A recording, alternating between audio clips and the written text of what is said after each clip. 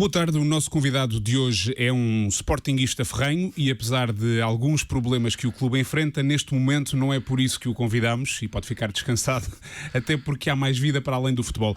Presidente da Assembleia da República, recém-eleito, aliás, Eduardo Ferro Rodrigues, que também já foi, por exemplo, ministro e líder do PS, é o convidado desta edição do Sob Escuta. Muito bem-vindo. Muito obrigado pelo convite.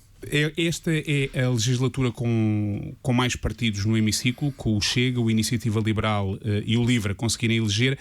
A minha primeira pergunta é se está otimista com a entrada destes novos partidos no Parlamento e destes partidos em particular, se está otimista com... Não é um problema de estar otimista ou pessimista, é um problema de aceitar aquilo que foi o desígnio do eleitorado. O eleitorado quis, havia mais partidos que não chegaram à possibilidade de ter qualquer deputado. O eleitorado escolheu que aqueles três partidos tivessem um só representante e, portanto, a Assembleia da República tem que se adaptar a essas circunstâncias. Mas tem algum receio em particular quando olha para esta composição, para esta geometria?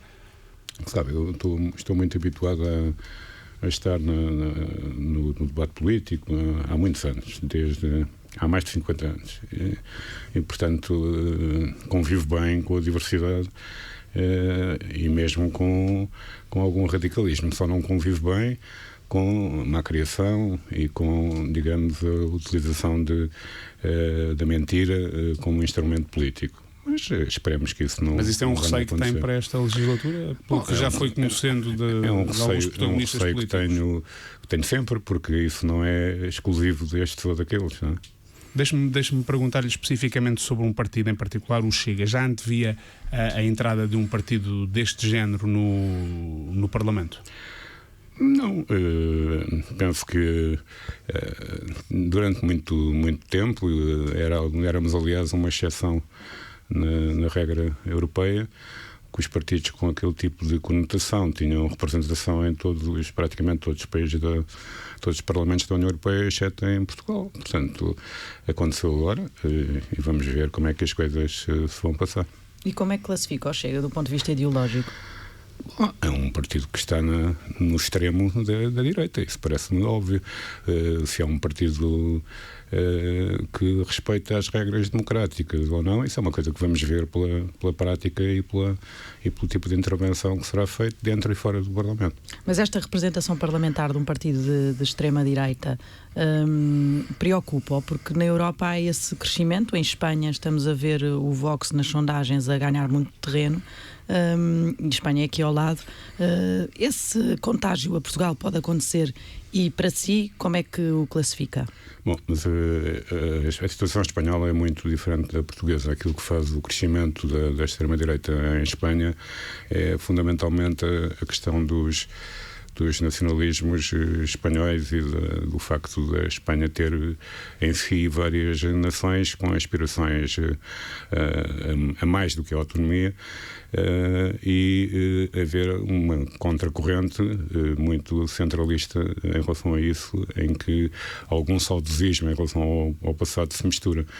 Portugal não tem esses problemas, felizmente não tem um problema de nacionalidades.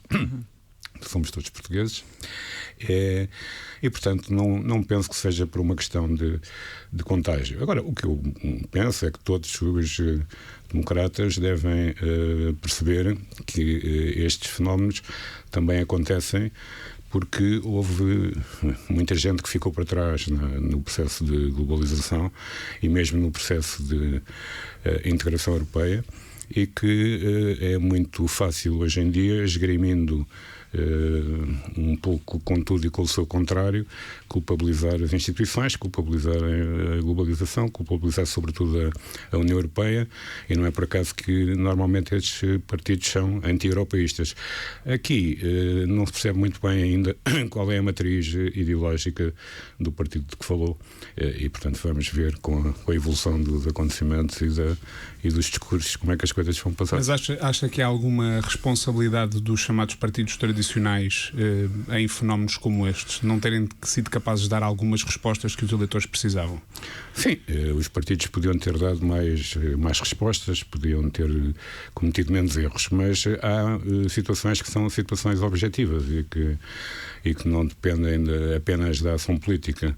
Eu recordo que a construção do euro foi uma construção incompleta e que levou a que nós, em Portugal, tivéssemos sofrido bastante com a primeira grande crise do euro, que foi aquela que se verificou a partir de 2007, porque o euro foi construído de tal maneira que é um grande benefício para as grandes economias, sobretudo a economia alemã, e é uma situação muito mais difícil, sobretudo em momentos de crise, para as economias com maiores vulnerabilidades e com maiores fragilidades, como é a portuguesa. E, portanto, houve aqui uma situação durante anos de grande sacrifício ao nível social e de muita fraqueza económica e financeira, e é evidente que o populismo também vive e se alimenta dessas situações. Portanto, há uma parte que é uma parte objetiva, que não tem que ver com quaisquer que fossem as reações dos outros partidos, isso acabaria por acontecer.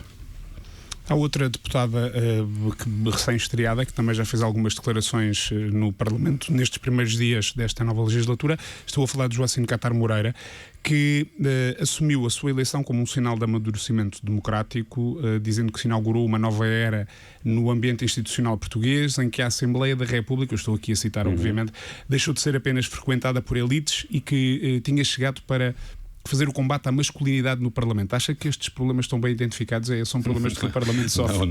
Não me parece que houvesse um excesso de masculinidade no Parlamento, mas cada deputado está livre de se considerar como o que faz a diferença, não é? Penso que todos esses deputados acham que fazem a diferença. A senhora, por causa da masculinidade e por causa, enfim, das elites. Sobre as elites. Há muitos anos que o Parlamento é um Parlamento, sobretudo da classe média, não é propriamente um Parlamento de elites, penso. Portanto, não se revê nesta caracterização. Admito que cada um que entra para o Parlamento com o entusiasmo de ser o primeiro representante de um novo partido que aparece no Parlamento, acho que tem lições a dar a toda a gente e que vai mudar tudo, e que tudo muda com a sua presença. Depois ver-se-á daqui a um ano e meio, 2 anos, qual é o balanço que se faz dessa influência nova no Parlamento. E teve tempo de acompanhar a polémica do assessor de saias? Ou estava ocupado? Não, eu não dei por nada. Eu vi um senhor que estava junto da deputada quando eu a fui cumprimentar, mas não estava de saias, estava de calças, era o outro senhor.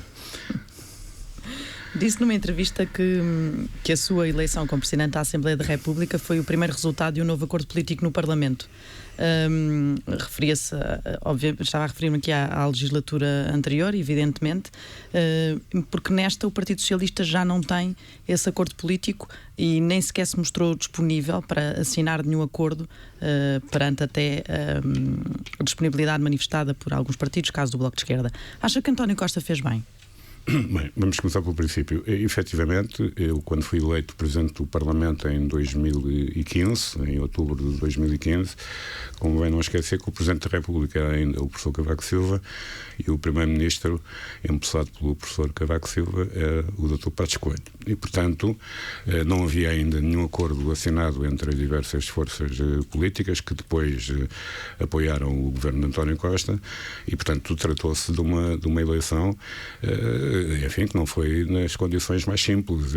Em voto secreto tudo era possível naquela eleição. E foi um momento muito importante porque mostrou que mesmo sem acordos escritos era possível ter um primeiro resultado tangível, que era a eleição do Presidente da Assembleia da República. E na altura temeu mesmo poder não ser eleito, sim, não é? Evidente. Havia esse receio. Era óbvio, porque não havia nenhum tipo de contacto preferencial com as bancadas do PCP e do Bloco de Esquerda e dos Verdes.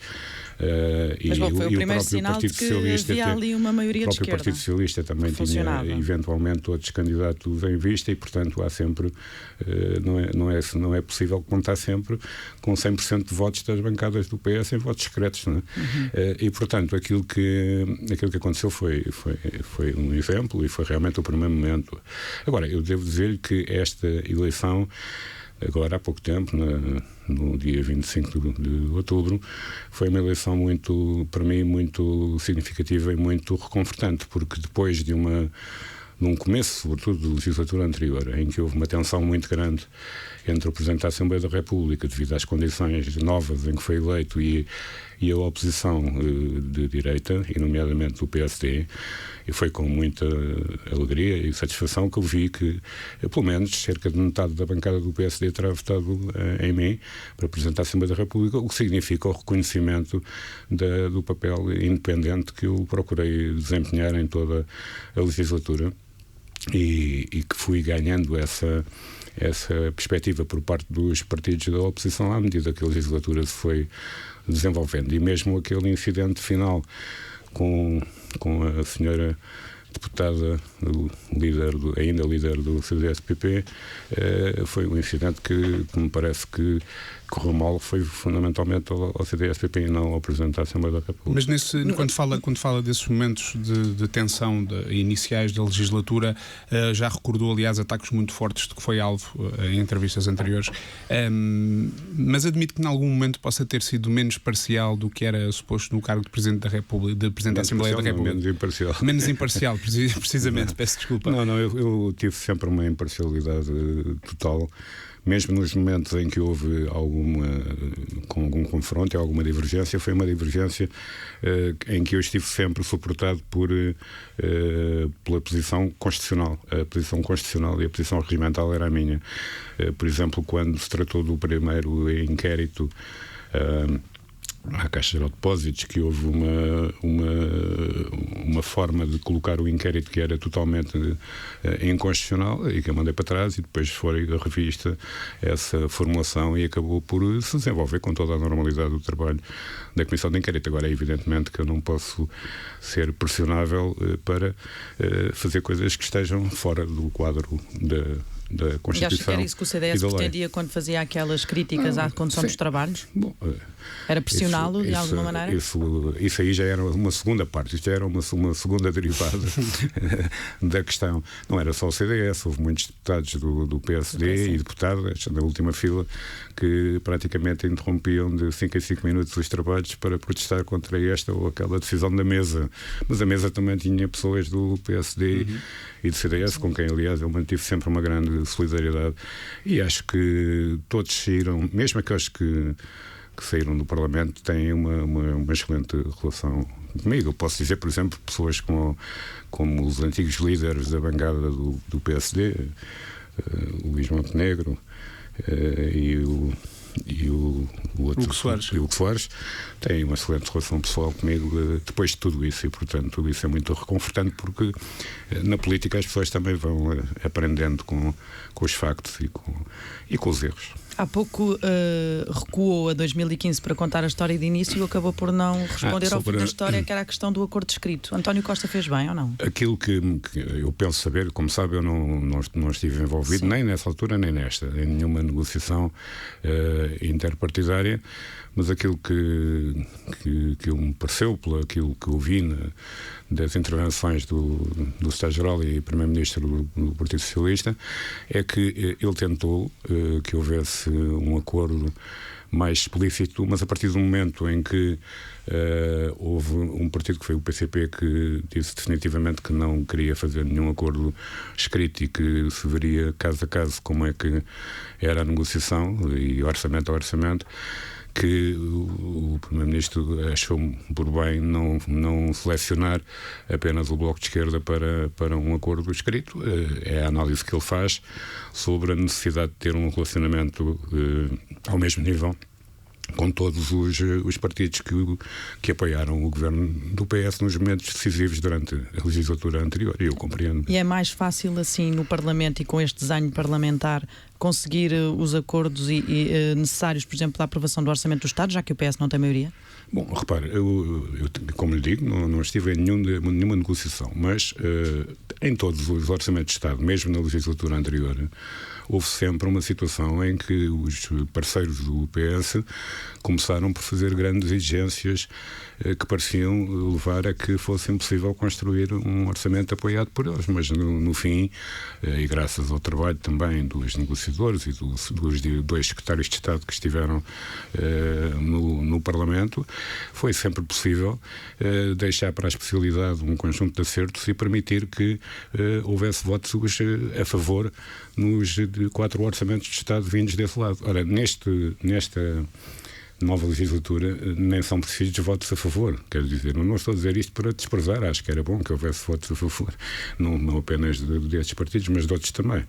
Mas parece-me que a abstenção, ou porque houve aqui uma alteração fundamental, convém não esquecer, é que o PS passou a ser o partido com mais deputados, e era o PSD, e o PS tem mais deputados do que toda a direita junta. Portanto, desde que haja uma abstenção dos partidos mais à esquerda, todas as leis e os orçamentos passam. Agora, isso em relação a algumas leis, não vai acontecer sempre. E como não aconteceu também na legislatura anterior. O que eu digo é que na legislatura anterior, apesar de haver um acordo escrito, foi sempre necessário negociar orçamento a orçamento. Portanto, aí não há uma grande Está confiante que isso vai ser fácil, digamos, nesta nova legislatura? Na legislatura anterior também não foi fácil. Acho que não vai ser fácil. Mas será fazível e acredita que é possível levar a legislatura até ao fim? Sabe, aquilo que fez com que a outra legislatura fosse levada até ao fim não foi tanto o facto de haver um acordo escrito, foi o facto de ter havido, do ponto de vista social, político e económico, resultados tangíveis da ação do governo. E, portanto, nenhum partido estava em condições de criar uma crise política, porque seria severamente penalizado pelo eleitorado se criasse essa crise. Mas quer dizer o quê? Se, por exemplo, a economia arrefecer nesta legislatura, as coisas podem tornar-se mais complicadas? Qual é que é a evolução que vai haver nesta legislatura, embora haja um pessimismo crisista que me parece um bocadinho excessivo, porque os resultados não mostram isso. Ainda ontem os resultados na Alemanha foram resultados bastante mais positivos do que aquilo que estava à espera na economia, mas tudo depende, efetivamente, da capacidade que o governo tiver de dar respostas sociais. Não podem ser maximalistas, porque não há dinheiro para tudo, mas dar respostas sociais, de manter o equilíbrio nas finanças públicas e de conseguir que o ritmo de crescimento económico, pelo menos, se mantenha ao mesmo nível, que foi, aliás, bastante melhor do que aquilo que era apontado pelos observadores quase até ao fim da legislatura, com a revisão de dados que foi feita. Nesta legislatura, nestas eleições, nas últimas eleições legislativas, houve aqui uma taxa de abstenção recorde. Acha que a classe política no Parlamento, e não só, tem aqui uma reflexão a fazer? Eu recordo que no Parlamento foram conhecidos vários casos polémicos, manifestou-se, aliás, várias vezes sobre eles. Acha que há aqui uma reflexão que é preciso fazer? Sim, sem dúvida nenhuma. Aliás, essa reflexão sobre os casos polémicos no Parlamento foi feita ainda durante a legislatura anterior e foram introduzidas alterações e penalizações que têm o seu efeito positivo, digamos, no funcionamento do Parlamento e no comportamento individual deste ou daquele deputado. Agora, a abstenção é qualquer coisa que não se pode menosprezar, porque efetivamente representa uma situação em que há muitos portugueses que consideram que uma coisa são eles, que são os que estão os eleitos, os governantes, os presidentes, e outra coisa somos nós, que é o povo, não é?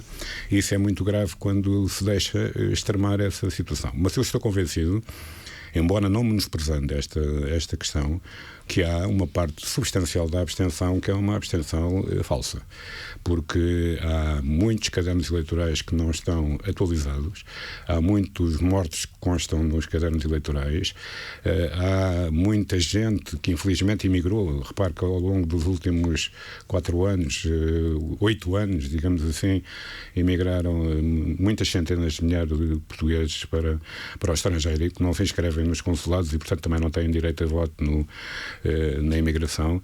E, portanto, eu acho que era uma coisa que era absolutamente imprescindível e o Parlamento certamente estará de acordo com isto, em conjunto com o Governo, que se faça, como foi feito há 20 anos, uma atualização dos cadernos eleitorais, porque uma coisa é a abstenção, outra coisa é a falsa abstenção. Há uma reforma que há pouco falava e justificava isso como uma falta de proximidade entre os eleitos e os eleitores. E há uma reforma que tem sido sistematicamente adiada, que é a reforma do sistema político. Ela acaba por cair sempre nos programas eleitorais, já caiu pela segunda vez num programa do PS em prol do acordo com a esquerda, que os pequenos partidos normalmente resistem a essa alteração legislativa. É uma reforma secundária? Não, eu acho que é uma reforma absolutamente importante e que mais dia menos dia vai ser necessário levá-la à prática, porque o próprio Primeiro-Ministro foi o grande artífice dessa proposta de reforma quando era Ministro no tempo do engenheiro António Guterres.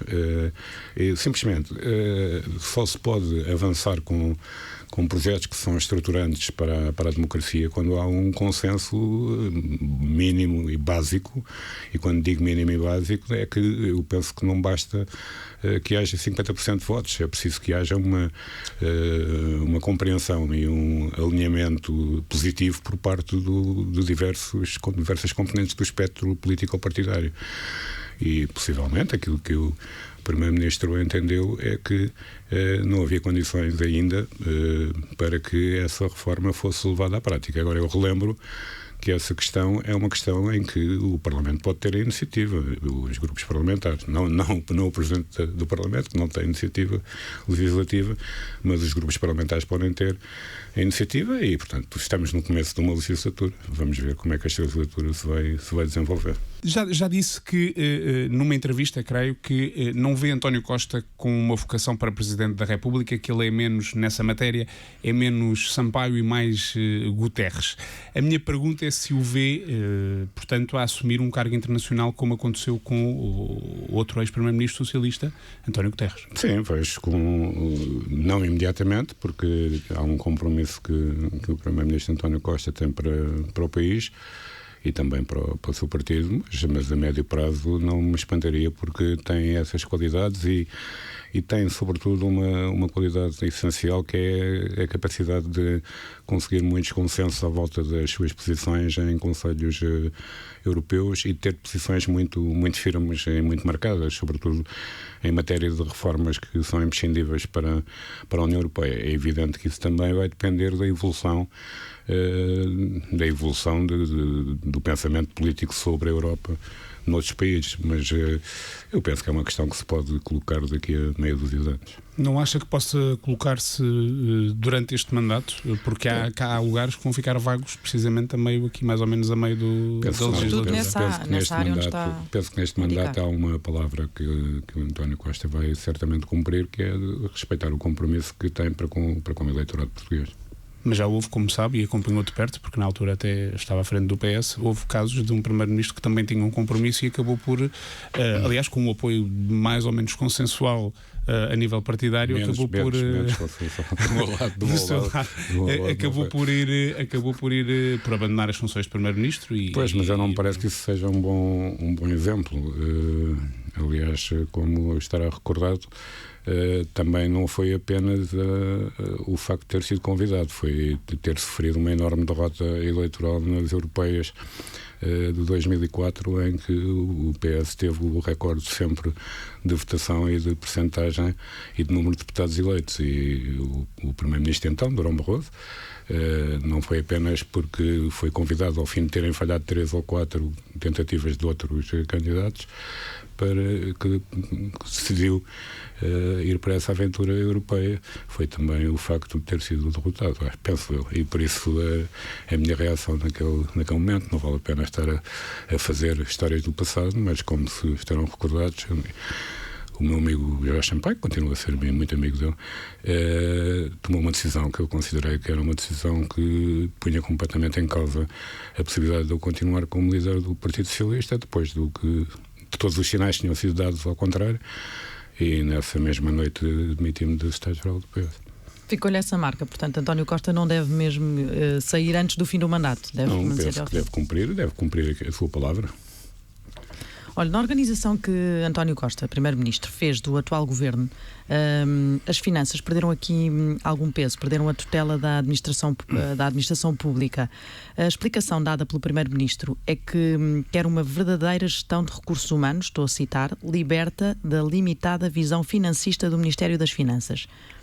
Acabou-se esse jugo, é o que o PS quer dizer com isto? Não sei, porque eu não falo em nome do PS, nem em nome do Governo, mas o que me parece é que, em última análise, os ministros das Finanças, sobretudo num país como Portugal, que continua a ter necessidade de ter regras muito firmes de cumprimento dos seus orçamentos, tem sempre um papel em todos os ministérios, não apenas no seu. No caso antigo, em que a administração pública estava debaixo da tutela direta do Ministro das Finanças, mas também no futuro, com o Ministério da Administração Pública autónomo, não quer dizer que o Ministro das Finanças não tenha a última palavra autorizações de despesa e tudo mais. Sobre aquilo que pode ser afetado de recursos. A questão é se há aqui um sinal que deve ser dado nesta altura de abrandamento desse peso financista. Eu não sou comentador político, mas aquilo que me parece é que é necessário dar um sinal à função pública, aos trabalhadores da administração pública em geral, de que não estão esquecidos, porque efetivamente foi uma das classes profissionais que mais sofreu com a crise e com as limitações que houve ao longo de muitos anos. E, portanto, era preciso também dar esse sinal e, portanto, foi um dos aspectos foi este de criar um Ministério para a administração pública, que não tem só o papel da gestão dos recursos humanos, mas também outros papéis importantes, né, em matéria da administração pública. É uma administração pública nacional, mas também local, e tem uma importância muito grande em determinados setores que são setores vitais para o país, como os setores da saúde, da educação. Portanto, há sempre uma grande importância deste setor, e portanto eu penso que é mais um sinal do que outra coisa. Mário Centeno já colou, digamos assim, esta sua recondução no cargo ao tempo do mandato de presidente do Eurogrupo, e falávamos há pouco dos cargos internacionais. O mandato do Eurogrupo termina a meio do próximo ano. Está convencido que este pode ser o último orçamento do Estado que Mário Centeno apresentará? Não estou convencido de nada, não falei com ele sobre isso, e portanto não sei qual é a opinião dele. Acho que o professor Mário Centeno fez um grande lugar como Ministro das Finanças, é mesmo, com exceção talvez de Sousa Franco, o único Ministro das Finanças que conseguiu a proeza de ser o governante com mais popularidade de um governo. Mas penso que ele, evidentemente, que para estar num lugar de confiança do Primeiro-Ministro é necessário também querer, e portanto acho que ele quis agora avançar para estas funções. Bem, o futuro dirá até onde é que vai, mas eu gostaria que se mantivesse durante mais tempo. Gostava de mudar aqui um pouco o tema, deixarmos de falar do Governo e falarmos de outra relação institucional que o Presidente da Assembleia da República tem, e que tem falado também sobre ela, que é com o Presidente da República. Marcelo Rebelo de Sousa diz que vai muitas vezes reunir-se com ele. Quando é que foi a última vez que se reuniu com o Presidente da República? Agora tenho reunido mais pelo telefone, porque porque o Presidente da República teve aquela pequena intervenção cirúrgica. Eu também estive um fim de semana fora do país e, portanto, mas temos falado pelo telefone quase todos os dias. É uma relação muito amistosa e em que há uma genuína preocupação, nomeadamente em questões de saúde, como sabe, é uma grande especialidade do nosso Presidente da República. e, portanto, é uma questão que até atravessa muito as nossas conversas e também tudo aquilo que se passa de importante no país. Temos mantido essa frequência de contactos e com o Primeiro-Ministro também tem. Eu sei que tem uma boa relação com o Presidente da República. E mantém aquilo que já disse, mantém hoje aquilo que já disse no passado, que se as presidenciais fossem amanhã, votaria em Marcelo Rebelo de Sousa? O amanhã já foi há um ano, não é?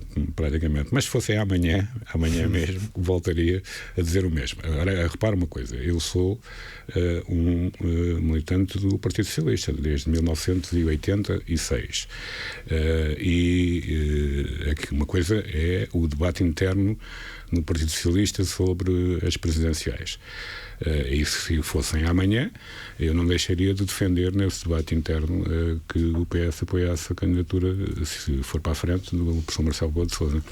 Agora, eu como militante, se o PS decidir o apoio a outra candidatura, eu terei que me vergar a esses imperativos.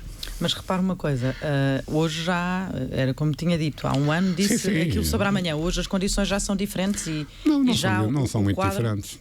São diferentes no sentido que já é o quadro em que o quadro da legislatura em que o Presidente, em que vai haver presidenciais, já está formado. Sim. Já houve eleições legislativas, as eleições serão em 2021. A questão é que, se perante este quadro, o PS estará mais próximo de declarar-lhe apoio nas legislativas. Não faça perguntas sobre o PS, porque eu tive o cuidado nestes últimos 4 anos, embora seja o número 1 da Comissão Política da lista aprovada em Congresso e aprovada e apoiada pelo Secretário-Geral António Costa, eu tive o cuidado, porque parece-me que há quem tenha uma opinião diferente, mas eu acho que é incompatível ser Presidente da Assembleia da República e de ser o Presidente de todos os deputados e ao mesmo tempo ter uma intervenção partidária muito forte, sobretudo em reuniões do partido portanto, eu limitei-me na legislatura anterior a ir às jornadas parlamentares e fazer um discurso de circunstância, às vezes até mais com humor do que propriamente com grande substância política, porque é o meu grupo parlamentar que me convida. Mas às reuniões do Partido Socialista, as reuniões da Comissão Política, de que faço parte, só em momentos muito importantes é que fui, como agora Mas agora estava a falar que se houver esse debate, vai intervir e que interviria nesta altura a favor Se o debate fosse hoje, eu continuaria a defender que para eleições da manhã o PS deveria apoiar. Há alguma coisa que pode mudar alguma coisa em concreto que pode acontecer e mudar essa sua posição? Não, vamos ver como é que se processa agora a evolução dos acontecimentos. Nós estamos ainda no princípio, como diria, parafraseando um Primeiro-Ministro, esta legislatura ainda é um bebê. Espero que não seja nem abanado, nem incubadora. E portanto voltaremos possivelmente daqui a um ano ou coisa assim a colocar. Mas é que a questão é que o rearrumar, digamos assim, do tabuleiro político passa muito também por aí. O facto de se ter percebido que o governo do Partido Socialista não tem maioria absoluta, e isso podia condicionar ou não a ação do Presidente da República. Estando o quadro definido como está, acha que é possível que Marcelo Rebelo de Sousa ceda àquela tentação que acontece frequentemente com os Presidentes da República de ter um segundo mandato mais duro para com o governo? Mas isso parece-me que faz parte da lógica dos Presidentes da República, num segundo mandato, serem mais afirmativos e mais exigentes. Mas, mesmo contando com isso, eu continuaria a defender esta posição. Mas o que é que poderia fazê-lo mudar? Desculpe insistir, mas não faz sentido, porque podia acontecer coisas estranhíssimas que não vale a pena estar aqui a colocar. Mas portanto, só perante coisas estranhíssimas não apoiaria. Não vou aqui especular. Eu sabe que na legislatura anterior eu fui dos primeiros a dizer que o governo não cairia, certamente nunca, por iniciativa do Presidente da República. Poderia cair por iniciativa da Assembleia da República. Ora, as condições para que isso acontecesse eram foram mais perigosas, diga, para o Governo na legislatura anterior, do ponto de vista aritmético. Do ponto de vista político, vamos ver. Mas julgo que não será de Belém que virão os principais problemas para este Governo de António Costa. Disse numa entrevista à Lusa que, tendo em conta como as coisas têm corrido bem até agora, disse não vê nenhum motivo para sair da política sem mais nem menos. Mas admite que este mandato como Presidente da Assembleia da República será o seu último cargo político? Sim, admito, não tenho a certeza absoluta mesmo. Aconteça o que acontecer, esta é a minha última eleição como deputado mesmo e portanto, como Presidente da Assembleia da República. E, portanto, imaginemos um cenário... Acho que se tudo correr normalmente, acabarei as funções de Presidente da Assembleia da República praticamente com 74 anos e, portanto, julgo que já não se justifica. Já tenho direito a passar dos papéis aos atos, ou seja, dos papéis de reforma que já os entreguei há muito tempo e que nunca recebi onde estão, para uma presença mais forte junto da família. Mesmo assim, tem sido uma presença que eu tenho procurado sempre garantir. Mas, portanto, não admite a hipótese de, se o PS lhe pedisse, assumir-se como uma alternativa a Marcelo Rebelo de Sousa nas eleições presidenciais? Eu também, aí sou como o Dr. António Costa, penso que a função presidencial é muito interessante, é o topo de uma carreira política, mas há pessoas que têm mais intuição e mais vontade para ter essa carreira e para finalizar a carreira política como Presidente da República do que eu, e portanto não se me coloca essa questão sequer. Houve aqui um tema que marcou a última campanha eleitoral, a campanha das legislativas, e que até levou o CDS a anunciar em plena campanha a intenção de promover uma nova comissão de inquérito, que foi o caso Tancos, por causa de uma troca de SMS entre o deputado e o ministro da Defesa de então, que mostrava conhecimento de alguma forma da operação ilegal de recuperação do armamento roubado. Do seu ponto de vista, o deputado do PS teria de ter dado conta do conteúdo da mensagem à Assembleia da República? Não sei, eu não sigo essas telenovelas ao pormenor, nem as telenovelas mais atuais, nem as mais antigas, e portanto não estou... O Ministério Público valorizou muito esta prova. Não sei, o Ministério Público tem a sua posição e tem a sua autonomia, e a Assembleia da República não trabalha para o Ministério Público, assim como o Ministério Público não deve trabalhar para a Assembleia da República. São instituições completamente autónomas e não vou fazer nenhum comentário sobre um SMS que desconheço. Mas acha que há questões políticas ainda por esclarecer, independentemente da forma como o processo correrá na Justiça? O que eu acho é que as questões já estão colocadas de forma tão avançada ao nível jurídico, ao nível das instâncias judiciais, com a abertura de uma fase de instrução a curto prazo, que quer dizer, o que seria de bom senso era as conclusões políticas serem tiradas depois dos resultados totais deste processo judicial e não no meio, porque isso será criar um ruído absolutamente estranho do meu ponto de vista, com um paralelismo entre uma ação política baseada numa acusação e não num julgamento.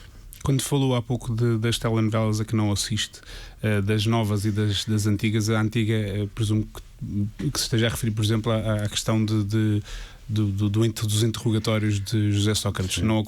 Não tem acompanhado essa telenovela, como lhe chama? Não tenho acompanhado. Mas incomoda-o ver um ex-primeiro-ministro do PS há tanto tempo? Não apenas um ex-primeiro-ministro, como uma pessoa por quem eu tenho consideração e que está numa situação em que vai ter que explicar aquilo que são as acusações. É pelos vistos aquilo que está a fazer, mas eu, como digo, não tenho acompanhado o pormenor e o detalhe.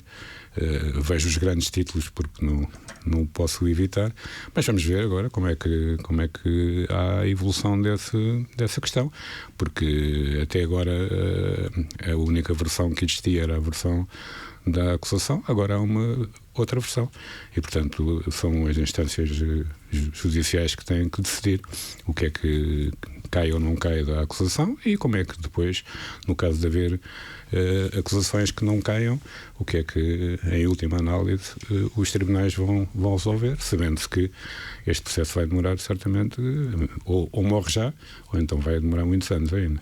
Há quase um ano, na abertura do ano judicial, dizia que a Justiça está sob suspeita, referindo-se à desconfiança dos cidadãos no setor. Este caso concreto, acha que pode contribuir para melhorar essa percepção, ou acha que, pelo contrário, tem contribuído para agravar? Eu não sei se é o caso concreto, se é o número de fugas de informação e de comunicação, de presença da comunicação social de formas muitas vezes que não são aceitáveis, de tratar estes casos, que são casos muito sérios. Mas eu, quando disse isso, baseei-me no inquérito à opinião pública. Porque se é um facto que o Parlamento, embora tenha melhorado muito a sua imagem nesta última legislatura, e isso teve que ver com o facto de haver uma base parlamentar mais ampla do que era normal. Mas o Parlamento melhorou muito a sua imagem. Mas o sistema judicial em Portugal, aqui há 3, 4 anos, quando eu fiz essa intervenção, era realmente de todos os sistemas aquele que tinha maior grau de desconfiança. E eu não sei, tenho que se atualizar esse estudo e esse inquérito para saber se as coisas melhoram ou pioram com estes macrocasos. Apesar de António Costa ter sido reeleito e de não se prever uma disputa pela liderança do PS tão cedo, para tão breve assim, a verdade é que este assunto vai mexendo nos bastidores e nas estruturas. Quem é que identifica como tendo potencial para suceder a António Costa na liderança do seu partido? Neste momento, quem sucedeu a António Costa foi António Costa. Exato. E, portanto, mas olhando para o futuro, olhando para os jovens que aí estão... Sabe, eu estou no PS desde 1986, e na altura em que entrei para o PS havia 3 ou 4 candidatos, digamos que toda a gente sabia que eram candidatos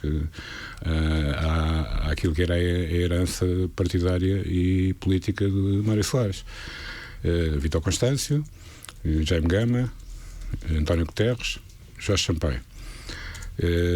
Isso não foi um drama, foi um enriquecimento para o Partido Socialista, ter essas 4 figuras como figuras que estavam presentes, de uma maneira ou de outra, com as suas ambições legítimas, e todos eles acabaram por ter um papel importante no país.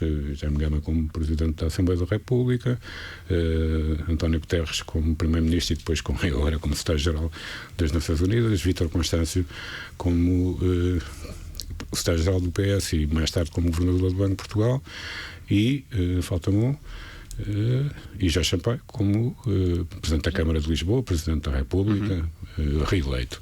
E, portanto, o facto de haver várias...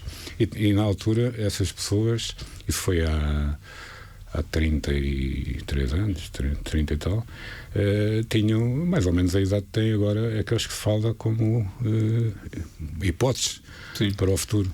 O que está a dizer é que tem experiência em vê-los crescer e caminharem para a liderança do PS. O que perguntamos é exatamente isso. Eu recordo quem é que vê na pole position? Vá.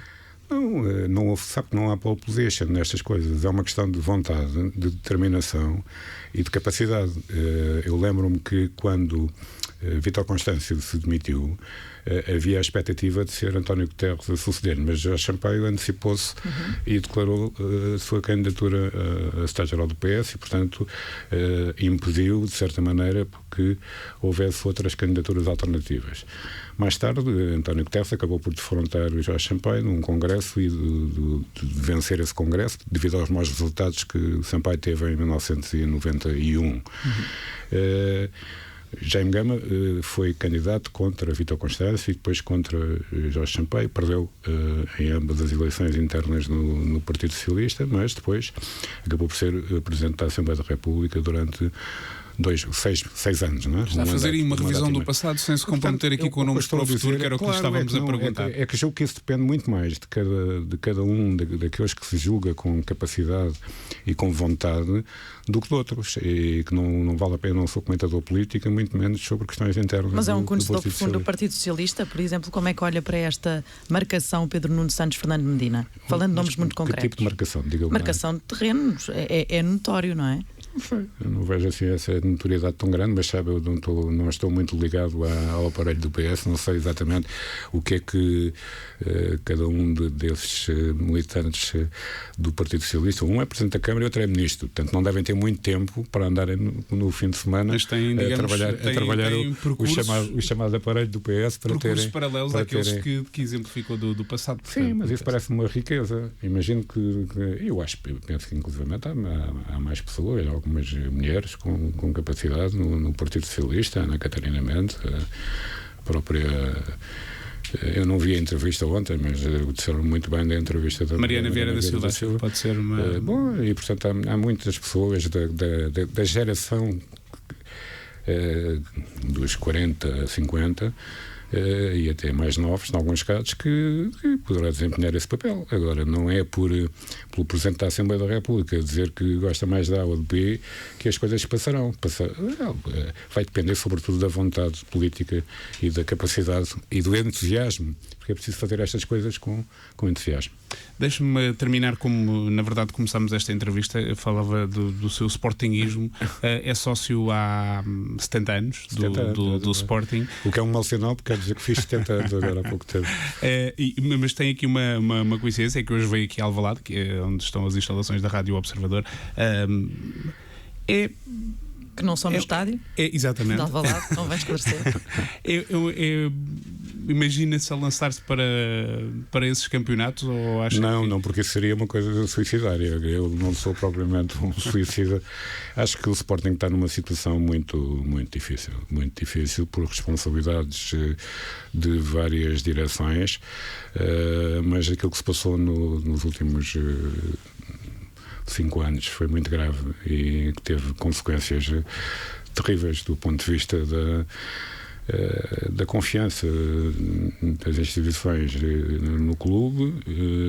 Esta direção tem tentado responder a isso, mas ao mesmo tempo alienando uma parte do património desportivo, dos ativos desportivos, e isso tem consequências depois no terreno dos resultados e, portanto, eu não sou, por natureza, muito otimista em relação ao Sporting. Enfim, também, possivelmente, o facto de ser sócio do Sporting há 70 anos também contribui para não ser propriamente muito otimista ao nível geral. Sabe que eu, quando nasci, o Sporting ganhava todos os jogos e a pergunta que faziam era por quantos ganham hoje? Porque foram aqueles anos em que em 7 campeonatos ganham 6, no final dos anos 40 e no princípio dos anos 50. Depois, infelizmente, começou a ganhar só de 4 em 4 anos e agora parece que é de 18 em 18 anos, não é? O último que ganhou foi em 2002, vamos lá ver se em 2020 é possível alguma coisa, enfim, mas já me parece muito difícil, muito complicado com estes 10 pontos de atraso.